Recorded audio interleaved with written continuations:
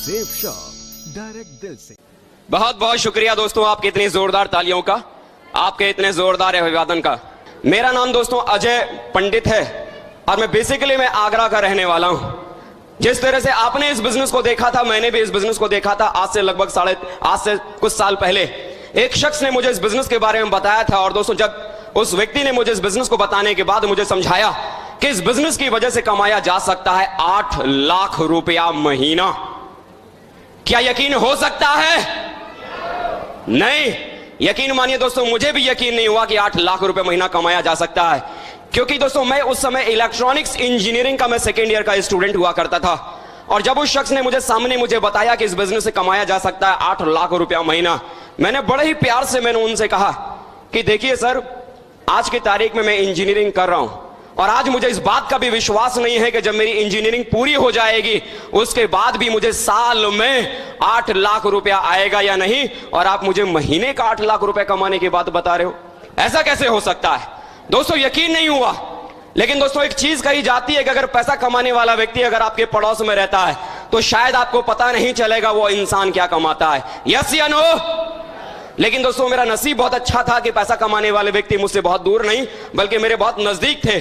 और जब वो लगातार इस काम को करते चले जा रहे थे और जब उनकी आमदनी इस बिजनेस की वजह से लाखों रुपया महीना यहां से जब आने लगी, तो दोस्तों मेरे दिल और मेरे दिमाग में सिर्फ और सिर्फ एक विचार आया कि कुछ भी हो, लेकिन आज के जमाने में लाखों रुपया कमाना कोई हंसी मजाक तो नहीं है। उस समय दोस्तों मेरे दिमाग में आया कि मुझे भी इस काम को करना चाहिए। मुझे भी लगा कि शायद इस बिजनेस की वजह से मेरा भी जीवन बदल सकता है। मुझे भी लगने लगा कि हाँ, मुझे भी कोशिश करनी चाहिए। लेकिन दूसरे ही पल मेरे दिमाग में एक सवाल आया कि सब कुछ तो ठीक है, करना तो मैं भी चाहता हूं, लेकिन इसमें जुड़ने के बाद अगर मेरे साथ 2 नहीं बने तो मेरा क्या होगा? क्योंकि मैं सोच रहा था कि मैं तो स्टूडेंट हूं, मेरी बात को कौन मानेगा, मेरे साथ कौन जुड़ेगा, यह विचार मेरे दिमाग में चल ही रहा था। तो उन्होंने सामने बैठकर मुझसे पूछा कि अजय जी, अब आपके मन में क्या चल रहा है?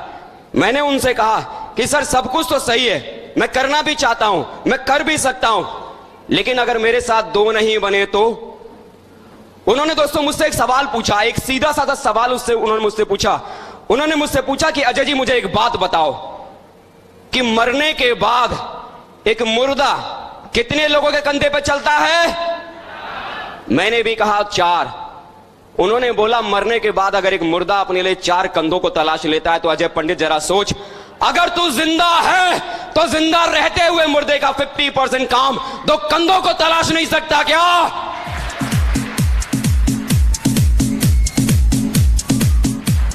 ये बात सुनते ही दोस्तों एकदम तीर की तरह ये बात सीने में चुभ गई और लगने लगा कि अगर मैं जिंदा हूं तो मरने से पहले अपने लिए 2 कंधों को तो मैं जरूर तलाश के ले आऊंगा। और आज से 3.5 साल पहले इस बिजनेस को अपनी जिंदगी का मिशन मानकर 3.5 साल पहले करने की शुरुआत की। मेरे साथ 2 लोग भी आए, मेरे साथ 4 लोग भी आए, मेरे साथ 16 लोग भी आए। अरे बात छोड़िए गिनतियों में, मेरे साथ 1000 आया, मेरे साथ 2000 आए, 3000 आए, 4000 भी आए, 5000 भी आए, 6000 भी आए, 7000 भी आए, 8000 भी आए, 9000 भी आए, और आज की तारीख में पूरे हिंदुस्तान में 10,000 लोग पूरे हिंदुस्तान में आज मेरे साथ काम कर रहे हैं। 10,000 लोग।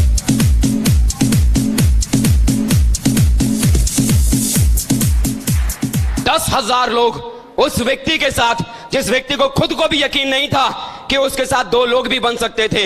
10,000 लोग उस शख्स के साथ जिसे यह भी नहीं मालूम था कि मेरे पीछे कोई चलने वाला व्यक्ति भी होगा। लेकिन दोस्तों सिस्टम का साथ और अपलाइन की बात ने कमाल कर दिया और 10,000 लोग आज मेरे साथ आ गए।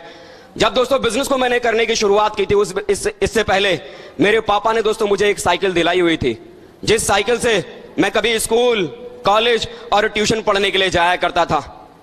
लेकिन दोस्तों इस बिजनेस को करने के बाद सिर्फ 19 महीने की मेहनत के बाद ही ये साइकिल पर चलने वाला लड़का, अपनी खुद की खरीदी हुई न्यू ब्रांड एसी कार में चलने वाला व्यक्ति सिर्फ 19 महीने की मेहनत को करने के बाद ही बन चुका था।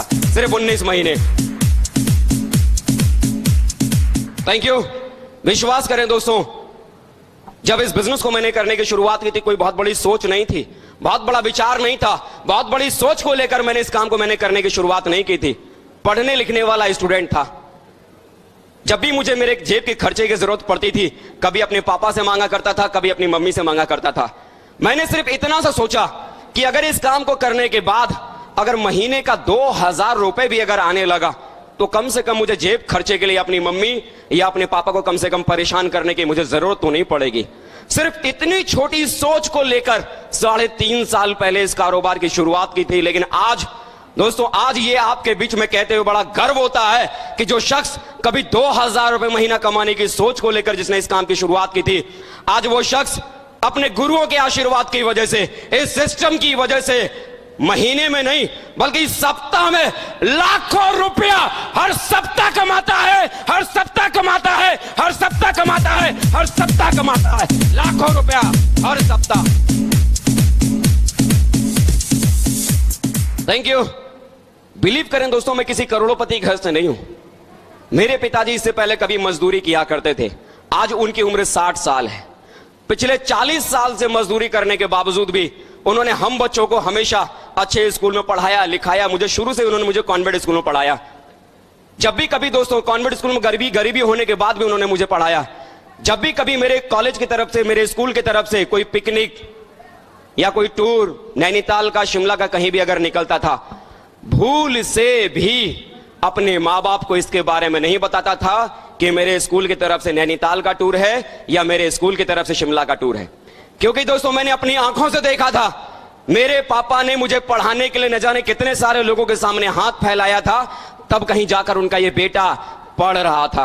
मैंने अपनी आंखों से देखा था कि मेरी मम्मी ने मुझे पढ़ाने के लिए अपने गहने तक बेच डाले थे, तब कहीं जाकर उनका ये बच्चा पढ़ रहा था। और मुझे इस बात का डर था कि अगर गलती से अगर मेरे माँ बाप को अगर ये मालूम पड़ गया कि मेरे स्कूल की तरफ से नैनीताल का टूर है या शिमला का टूर है, तो पता नहीं मेरे घर वाले, मेरे माँ बाप बेटे की छोटी सी खुशी को पूरा करने के लिए पता नहीं क्या बेच डालेंगे। इस डर की वजह से कभी भूल से भी नहीं बताया करता था कि कोई टूर है या पिकनिक है। लेकिन दोस्तों, आज ये कहते हुए आप लोगों के बीच में बड़ा गर्व होता है कि आज इस सिस्टम की वजह से और अपने अप्लायंस की वजह से आज हिंदुस्तान के भीतर ऐसा कोई भी महंगे से महंगा टूरिस्ट स्पॉट नहीं बचा जिस टूरिस्ट स्पॉट का मजा मैंने 5 स्टार होटल में रुक के ना लिया हो। चाहे नैनीताल हो, शिमला हो, गुड़गांव हो, जैसलमेर हो, मुंबई हो, पुणे हो, जो मन में आए सो बोल डालो। हिंदुस्तान के हर महंगे से महंगे और हर बड़े से बड़े टूरिस्ट स्पॉट का मजा मैंने लिया है। हिंदुस्तान छोड़ो दोस्तों, इस बिजनेस की वजह से हाल ही में मैं सिंगापुर और मलेशिया, बैंकॉक और पटाया जैसे न जाने कितने सारे कंट्रीज का मजा मैंने इस बिजनेस की वजह से मैंने दोस्तों लिया है।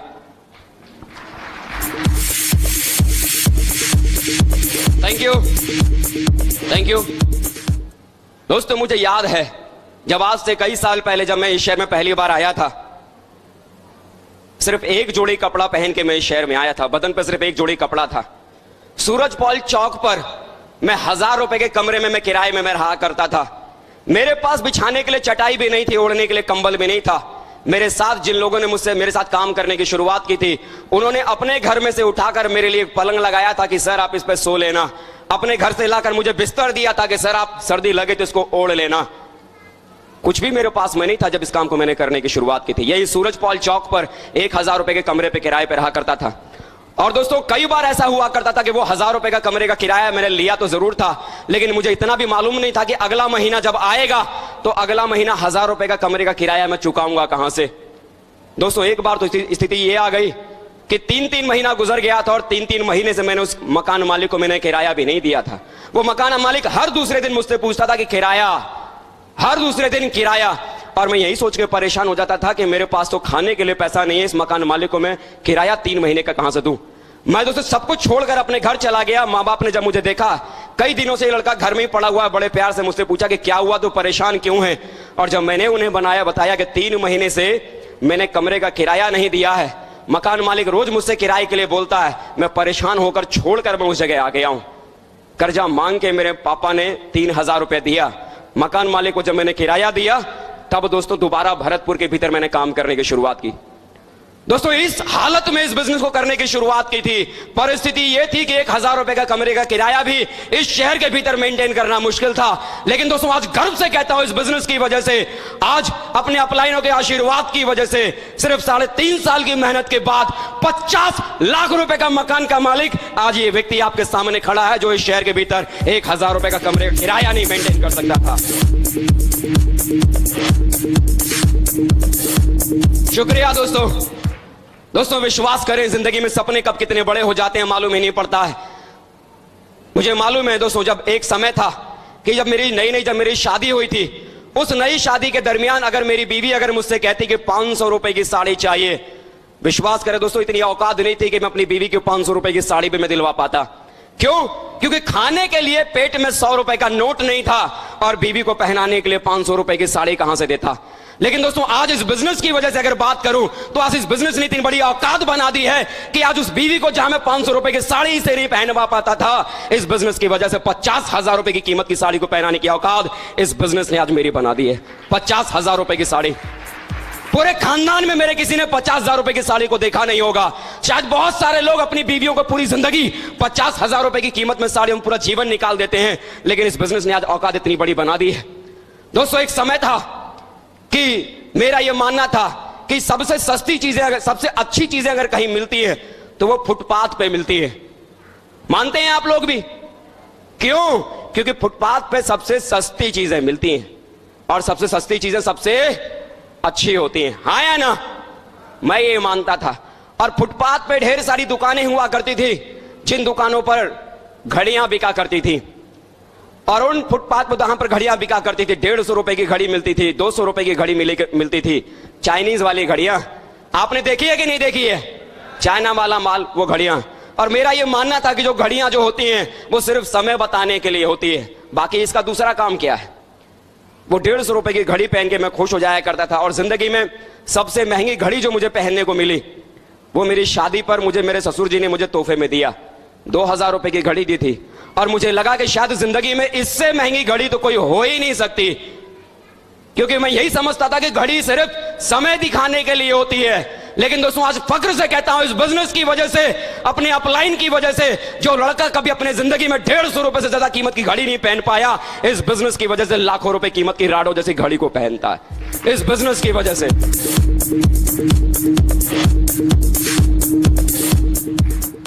सही बात है, वो 150 रुपए की घड़ी समय दिखाने के लिए काफी था।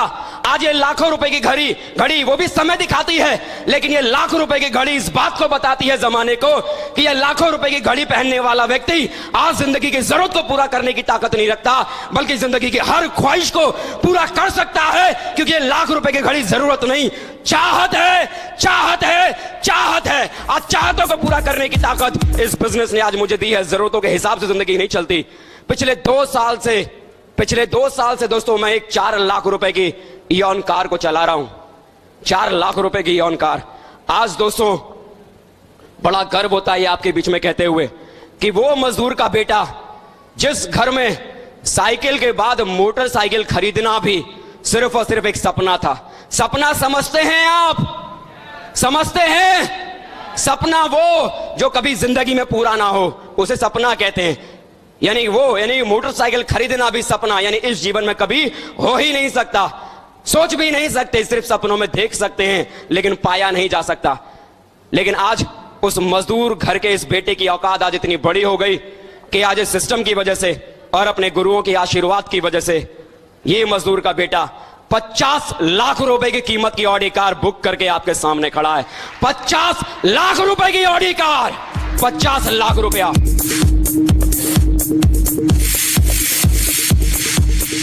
लोग पूरी जिंदगी मेहनत करने के बाद, काम करने के बाद अपने लिए 50 लाख रुपए का मकान नहीं बना पाते हैं, लेकिन इस बिजनेस की वजह से आपके सामने खड़ा होके ये ऐलान कर रहा हूं कि आज इस बिजनेस की वजह से ये 1.5 पसली वाला लड़का जिसकी औकात नहीं है, जिसकी शक्ल नहीं है, जिसकी सूरत नहीं है, लेकिन इस बिजनेस ने इतनी बड़ी औकात बना दी है कि 50 लाख रुपए की कार में चलने वाला शख्स ये आपके बीच में खड़ा हो गया, जितने की हड्डियों की वजन उसके भीतर नहीं है।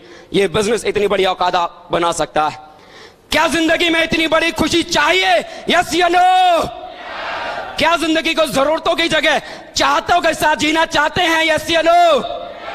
चाहते हैं? यस या नो? बता के बताओ कितने लोगों को लगता है कि चाहतों के साथ जीवन चाहिए? क्या बात है। चाहतों के साथ जीवन जीने वालों के लिए एक जोरदार ताली दोस्तों आप लोगों के लिए हो जाए।